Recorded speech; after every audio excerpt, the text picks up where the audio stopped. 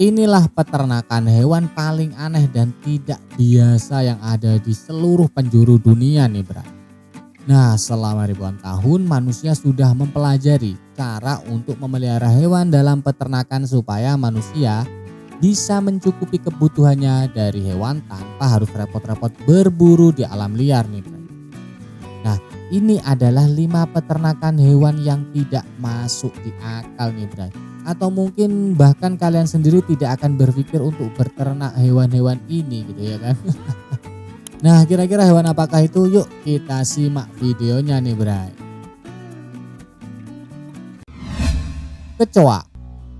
Lepas dari reputasi negatif yang dimilikinya, ternyata tetap ada orang yang memelihara kecoa nih Bray. Di China, peternakan kecoa ternyata merupakan peternakan yang cukup banyak dijumpai. Bangunan yang digunakan sebagai peternakan kecoa biasanya merupakan bangunan yang bagian dalamnya berada dalam kondisi yang gelap dan yang pastinya juga lembab gitu ya kan. Jumlah kecoa yang menghuni satu ruangan bisa mencapai 20 juta ekor. Nah, kecoa-kecoa tersebut diberi makan sisa-sisa makanan dari restoran atau sampah rumah tangga. Lantas, kenapa ada orang yang bersedia memelihara kecoa ini nih Bray? Nah, jawabannya adalah karena kecoa memiliki banyak manfaat bagi konsumennya nih. Wah, kalian termasuk konsumennya enggak ya? Nah, bagi peternak unggas dan babi, kecoa ini bisa digunakan sebagai pakan yang kaya akan protein nih Bray. Nah, manusia juga ada yang mengkonsumsi kecoa sebagai makanan dan obat tradisional nih Bray. Kecoa yang sudah dilumat dan dijadikan minuman konon bisa membantu mengecilkan tumor. Wah, berarti hewan yang satu ini kaya akan manfaat meskipun kalau sudah terbang itu waduh pada lari semua.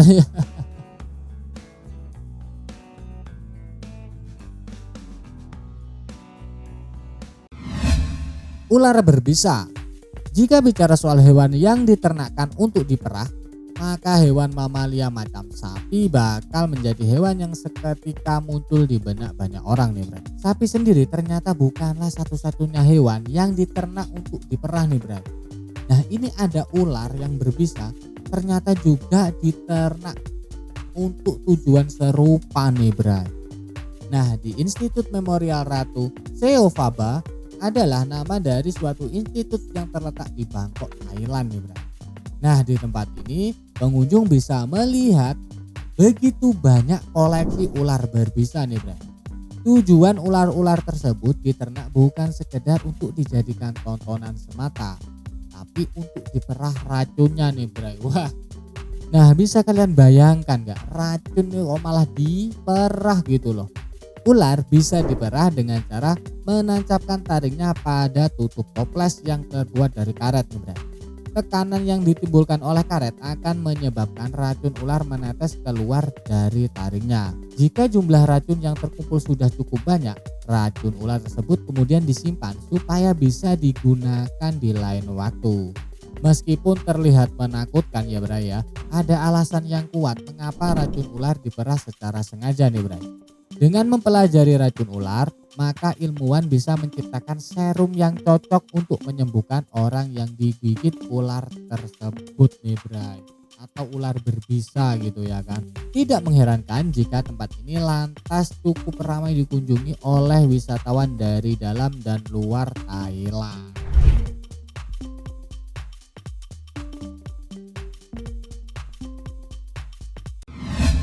Cacing tanah.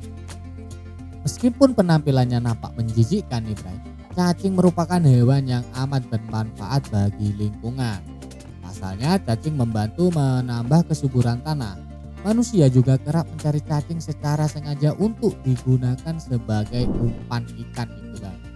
Dengan melihat hal-hal tadi, muncullah ide untuk menternakkan cacing tanah supaya manusia yang sedang memerlukan cacing tidak perlu lagi bersusah payah mengaduk-aduk tanah nih Bray. Nah, alasan lain kenapa manusia memelihara cacing adalah karena cacing bisa digunakan untuk membuat pupuk kompos nih Bray. Nah, jadi salah satu bahan pupuk kompos nih salah satunya bisa menggunakan cacing gitu loh. Peternakan cacing sekarang dapat dijumpai di seluruh dunia.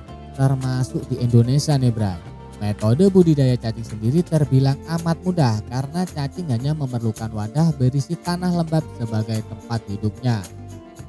Wadah yang digunakan untuk memelihara cacing juga harus dibuat sedemikian rupa supaya aman dari limbah dan tidak bisa dimasuki oleh hewan pemangsa cacing. Mengenai makanannya sendiri, cacing bisa diberi makan dengan kulit buah dan sayur yang sudah dipotong-potong. Bergantung pada tujuan penggunaan cacingnya. Pemanenan cacing bisa dilakukan saat cacingnya sudah berusia antara 2 hingga 6 bulan. Selain cacing, media tempat cacing tersebut hidup juga bisa diambil untuk diolah menjadi pupuk kompos. Wah, ini jadi memang kaya akan manfaat budidaya cacing ini nih Bray. Patut kalian coba nih Bray.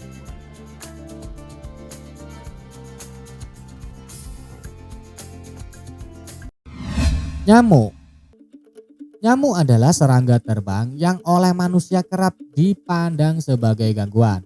Alasannya sederhana saja.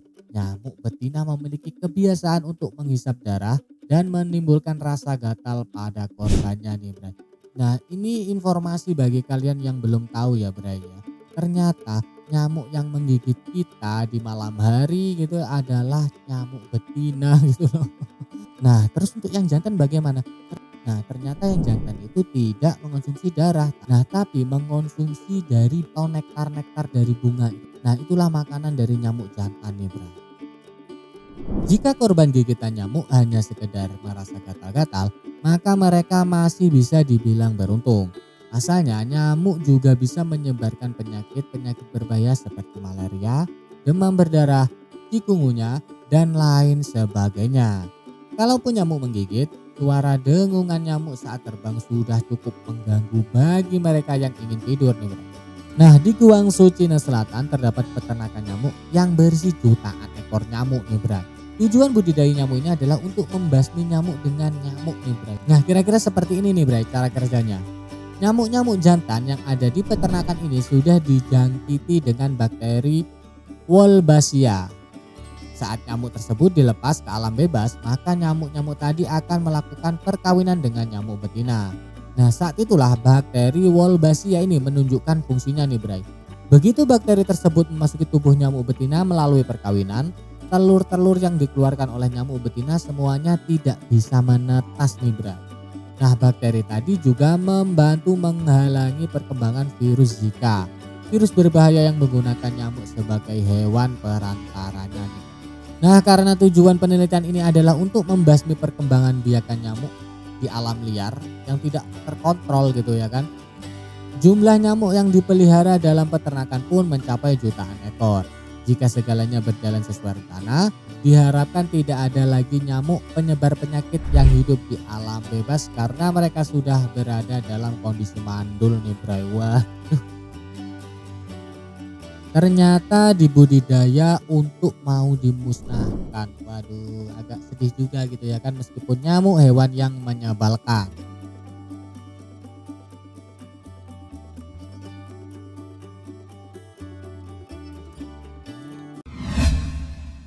Lintah. Lintah adalah hewan menyerupai cacing yang terkenal karena kebiasaannya menghisap darah. Saking terkenalnya kebiasaan lintah tersebut, sampai-sampai muncul istilah lintah darat nih Bray. Untuk menyebut orang yang mencari keuntungan dari orang-orang yang terlilit hutang. Waduh. Kebiasaan lintah untuk menghisap darah tidak selalu dipandang negatif oleh manusia nih Bray.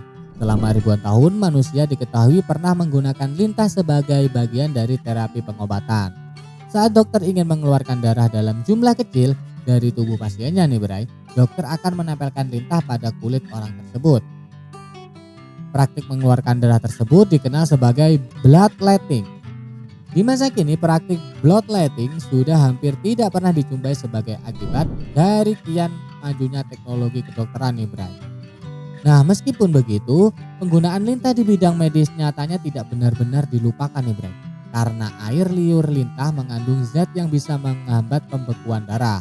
Lintah tetap dipandang sebagai hewan yang sangat penting. Supaya manusia bisa memiliki persediaan lintah yang cukup tanpa harus bersusah payah terjun ke sungai, sekarang sudah ada praktek budidaya lintah nih Bray. Di peternakan lintah, pemilik akan memberi makanan lintah-lintah peliharaannya dengan memakai sosis yang sudah diolesi dengan darah kambing nih Bray. Jika lintahnya sudah tumbuh cukup besar, lintahnya sudah bisa dipanen dan dijual ke rumah-rumah sakit yang membutuhkan nih Bray.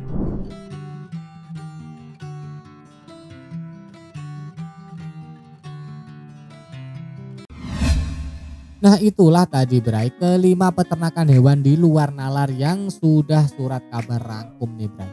Nah kira-kira bagaimana, di antara kalian ada yang berminat budidaya kelima hewan-hewan tadi? Silahkan dicoba nih Bray, siapa tahu rezeki kalian di situ gitu ya kan. Dimana ada kebutuhan di situ pasti ada peluang usaha yang muncul. Silahkan tinggalkan tanggapan kalian. Kurang lebihnya Joni mohon maaf. Sampai bertemu dengan Joni di video surat kabar selanjutnya. Bye bye.